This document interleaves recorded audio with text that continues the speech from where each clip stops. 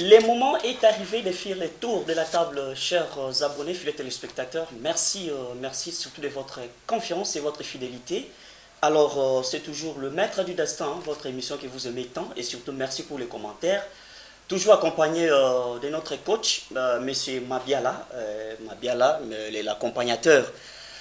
Merci beaucoup d'avoir répondu à notre invitation une fois de plus, parce que déjà ça va, vous guérissez déjà, il y a des commentaires qui se passent de part et d'autre.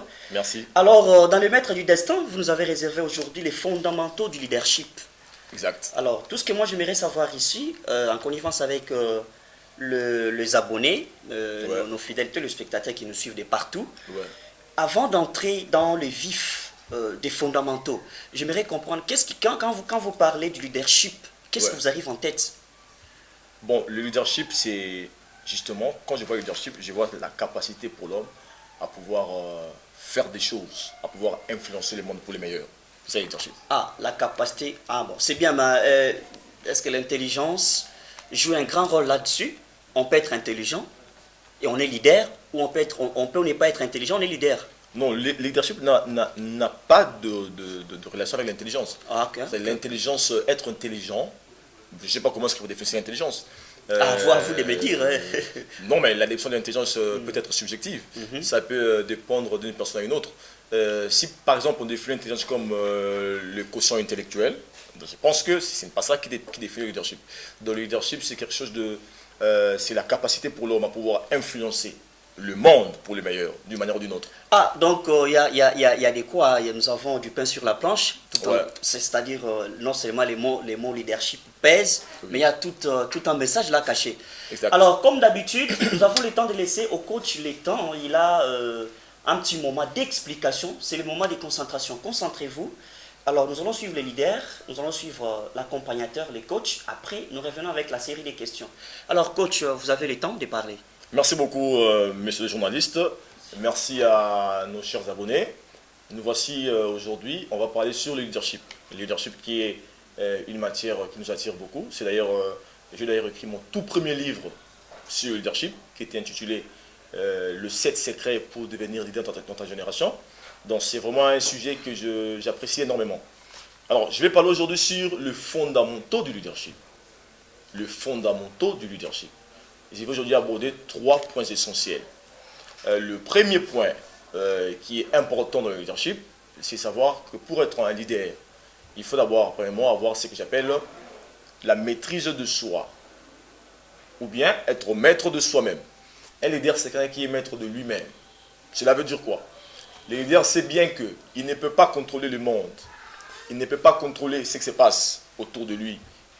Il ne peut pas contrôler les taux de change. Mais le leader sait bien qu'il peut se contrôler lui-même. En fait, toi-même, tu es la seule chose que tu peux contrôler. Et si quelqu'un n'est pas en mesure de se contrôler lui-même, il ne peut pas être un leader. Comment pourriez-vous diriger les autres si vous n'êtes pas capable de vous diriger vous-même? Et donc, le leadership, c'est d'abord être maître de soi-même. Alors, comment est-ce qu'on est maître de soi-même? On est maître de soi-même lorsqu'on est maître de ses émotions. Je voudrais que vous écriviez le mot émotion. Un leader, c'est quelqu'un qui contrôle ses émotions. Cela veut dire simplement que tu ne peux pas irriter un leader sans sa permission. Tu ne peux pas provoquer un leader sans sa permission. Il est celui qui contrôle ses propres émotions. Et comment est-ce qu'il le fait, le leader, pour contrôler ses émotions? Il le fait à travers 3 étapes, généralement. La première étape, c'est que le leader contrôle ce que j'appelle la mémoire. Le cerveau de l'homme a la capacité de la mémoire. Cela veut dire que le cerveau de l'homme peut reculer en arrière pour revivre les choses qui sont passées il y a 2, 3, 4, 5 ans. Alors, lorsque l'homme revit les choses qui sont passées il y a 2, 3, 4, 5 ans, il va vivre aujourd'hui les émotions qui sont relatives à ces choses à ces choses auxquelles il s'est souvenu. Par exemple, si je me rappelle d'un jour où j'ai été humilié par quelqu'un, si je me rappelle de ça ou si j'en parle aujourd'hui, je vais à l'instant même ressentir la même humiliation que j'avais sentie les jours où j'étais humilié. Donc ça, c'est la mémoire.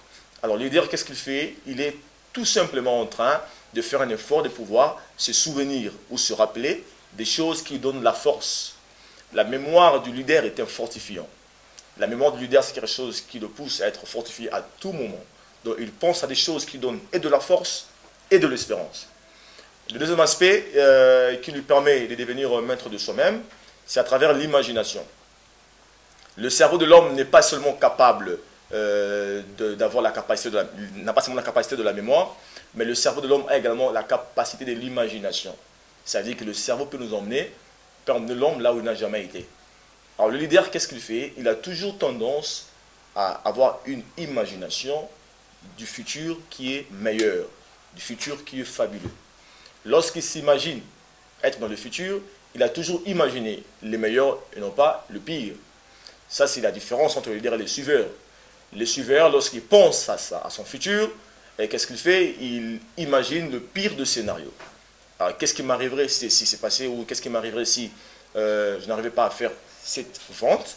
Eh bien, il est en train de passer son temps à imaginer le pire des scénarios. Et puisqu'il s'imagine ces scénarios-là, cela a de l'influence sur son état émotionnel. Cela va l'affaiblir. Et quand ça l'affaiblit, il sera impuissant sur terrain. Il sera impuissant parce que la capacité de l'homme à agir dépend de son état émotionnel.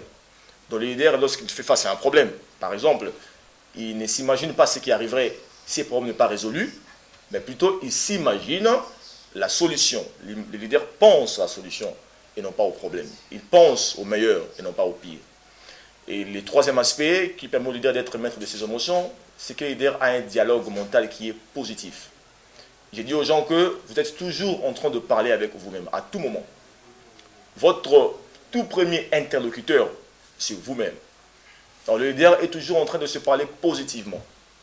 Vous savez que je vous ai dit au départ que vous ne pouvez pas contrôler les taux de change sur les marchés, tu ne peux pas contrôler les climats, tu ne peux pas contrôler la situation politique ou sociale ou économique, mais du moins tu peux contrôler ce qui se passe à l'intérieur de toi-même. Alors le leader, c'est lui qui se parle toujours positivement. Alors lorsqu'il y a un problème, il est le tout premier à s'encourager. Il ne s'attend pas que quelqu'un d'autre vienne l'encourager. Il sait de lui-même, cette situation va passer et je ferai mieux prochainement. Le leader ne s'inquiète pas de l'opportunité qu'il a perdue, mais il est plus intéressé à l'opportunité qui va arriver demain. Donc il s'encourage à tout moment, il ne croit pas à la défaite, mais il croit à l'éducation. Un leader, c'est lui qui, lorsqu'il perd, il s'est dit, j'ai appris. Il s'est dit que ma perte était le coût de mon éducation et que je dois faire un effort pour que prochainement je fasse mieux.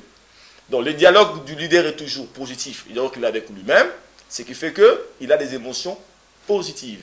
Un leader est toujours fort. Rappelez-vous que votre capacité à vaincre dans le monde dépend de votre force. Celui qui n'est pas fort ne va pas vaincre. Celui qui est fort va vaincre. Et le leader est toujours fort parce qu'il se fortifie à tout moment. Il le fait à travers trois choses, à travers son imagination, à travers sa mémoire et aussi à travers le dialogue mental qu'il a avec lui-même. Lorsque vous faites cela, vous devenez maître de vous-même. Alors ces choses-là, on ne les apprend pas à l'école. Ces choses-là, ça fait partie même de l'attitude, de l'esprit de l'homme. Le leadership, c'est quelque chose qui est dans l'homme, mais qui peut être développé. J'ai toujours dit aux gens que lorsque tu es très intelligent, tu peux avoir la chance d'être un bon manager, d'avoir un bon emploi. Mais lorsque tu as la maîtrise de soi, tu peux être capable de créer des bons emplois. Et justement, cela veut dire quoi? Cela veut dire que l'intelligence peut produire les postes ou l'emploi, mais la maîtrise de soi peut créer le poste, peut créer les emplois. D'autant plus que le leadership, c'est faire face aux pressions. Et beaucoup de gens ne peuvent pas faire face aux pressions parce qu'ils sont incapables de se contrôler. Lorsque les choses se détériorent, ils deviennent négatifs. Lorsque les choses deviennent difficiles, eh bien, ils perdent le contrôle. Ces gens-là ne peuvent pas être des leaders. Et c'est ça la différence entre un leader et un manager. Un manager peut gérer pendant les bons moments, mais un leader gère pendant les moments difficiles. Je peux même dire qu'on reconnaît des leaders pendant les moments difficiles. La deuxième chose pour être un bon leader, le deuxième fondamental, c'est qu'il faut avoir le sens de la mission. Un leader a toujours le sens de la mission. Ça veut dire que le leader ne vit pas pour manger et boire et avoir des enfants, se marier puis mourir. Le leader vit pour une cause. Il s'est dit que je suis là pour une cause. Et le sens de la mission du leader est une source de motivation. C'est que le motive à se réveiller trop tôt le matin parce qu'il s'est dit, je ne vis pas pour moi-même, je vis pour le peuple, je vis pour la population. Il y a une chose que je dois arranger, que je dois réparer. Et l'essence de la mission, c'est fait à travers 2 points. Le premier point, c'est ce que j'appelle la passion. Le leader a d'abord la passion. La passion, c'est quoi? La passion, c'est la combinaison de l'amour et de la haine. Un leader fait une chose qu'il aime tant, ou bien il agit parce qu'il y a une chose qu'il est tant.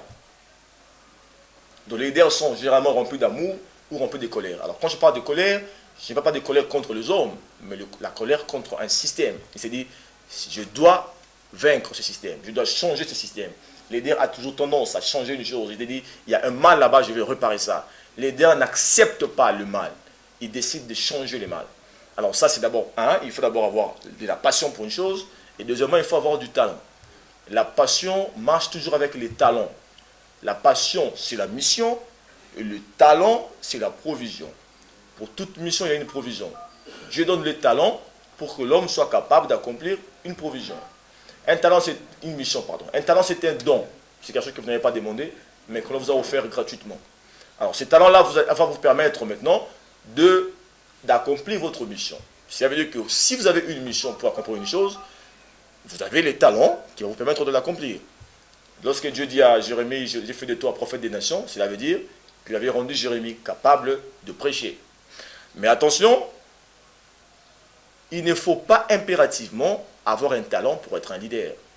Un leader peut avoir une passion seulement, même sans talent, il peut être un grand leader. Parce que l'influence n'est pas du talent. L'influence dépend de la passion. Ce qui influence les autres, ce qui pousse les hommes à faire plus que ce qu'ils peuvent faire naturellement, ce n'est pas du talent, c'est de la mission, c'est de la passion. Donc un leader qui a une passion pour une chose, il peut trouver des gens qui ont du talent, qui vont lui permettre de finir la chose. Si moi j'ai la passion de finir la guerre dans l'Est de la RDC, je ne suis pas obligé d'être un militaire. Ma passion va simplement influencer le militaire qui vont faire la chose à ma place. Donc j'ai une passion, maintenant j'ai besoin du talent pour l'accomplir. Et le dernier point pour être un grand leader, c'est qu'il faut avoir le sens de la discipline de soi. On verra toute une section sur la discipline de soi. C'est vraiment un très très long sujet, mais pour l'instant je peux définir ça à des mots très simples. La discipline de soi, c'est la capacité à pouvoir choisir un code de conduite pour soi-même et à s'engager à le respecter. Un leader est un homme de principe, est une femme de principe. Il s'est dit, ça je ferai, ça je ne ferai pas. Enfin, il a choisi délibérément la manière de vivre, sa manière de vivre, et il s'engage à respecter, à honorer ce qu'il a choisi comme principe, comme code de conduite. Tu ne peux pas être un leader si tu n'as pas un code de conduite. Il y a une ligne que tu dois suivre. Le leader doit vivre une vie qui soit tellement limitée dans un cadre quelconque. Le cadre, c'est le cadre qu'il a lui-même choisi, qu'il a lui-même défini. Je peux faire ceci ou cela, je ne peux pas faire ceci ou cela. Alors, les choses dont je parle aujourd'hui ne concernent pas seulement le leader personnel, ça concerne également les leaders d'une entreprise, d'une société. Pour gérer une société, une entreprise, vous devez d'abord avoir la maîtrise de soi. Parce que le prix peut changer sur le marché, les taux peuvent changer. Et vous ne pouvez pas être un client. Si vous n'avez pas la maîtrise de soi, vous allez vous perdre.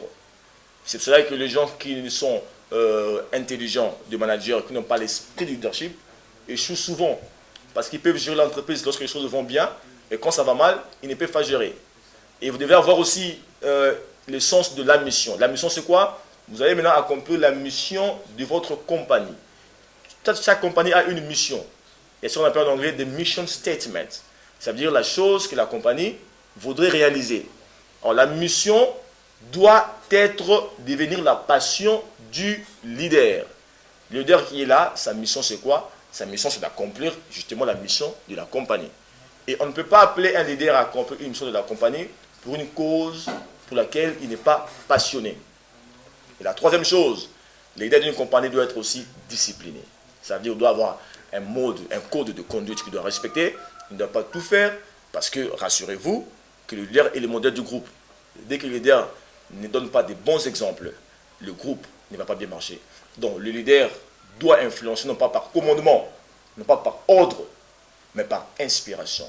Et l'inspiration vient de sa passion et de sa conduite, de sa discipline qui va inspirer les groupes à mieux faire. Merci. Ah, monsieur Mabiala, vous avez brossé un peu de temps, la quintessence même du sujet. Oui, Mais j'aimerais commencer par une phrase biblique. Nul n'est prophète chez soi. oui. Je vais vous poser la question de savoir, un peu, selon vous, pourquoi les leaders ont du mal à être compris dans la société et pourquoi ils ne sont pas toujours acceptés directement. Qu'est-ce qui fait, en fait, qu'est-ce qui joue là au milieu? Mais c'est tout à fait normal, parce que le leader, c'est celui qui décide de faire ce qui est dans son cœur et non pas ce que vous lui dites. Donc un leader, c'est quelqu'un qui déclare l'indépendance, justement, de la société. C'est-à-dire qu'il va suivre ce que son cœur lui demande de suivre. Alors le leader, puisqu'il ne vous suit pas, puisqu'il est initiateur, puisqu'il est celui qui change, qui transforme des choses, il ne doit pas être accepté facilement. Mais là, vous parlez de l'indépendance. Est-ce que même quand on refuse tout, on devient leader? Quand on s'oppose même à la constitution du pays, au règlement d'ordre mis en place, on devient leader. Quand on est opposant, tout à fait, on devient leader. Je pense qu'on peut se comprendre parce que... Non, pas du tout. Moi, je ne parle pas de ça. D'ailleurs, Ouais. moi, je suis parmi ceux qui sont indignés par les comportements de beaucoup de personnes Oui. à la télévision qui s'opposent de rien du tout. Et on Rien. se demande quelle est leur démarche. Je pense que le leadership, c'est plutôt, quand je parle de l'indépendance, c'est-à-dire on ne veut pas faire ce que vous nous demandez de faire, mais on veut faire ce que nous ressentons être notre propre nature.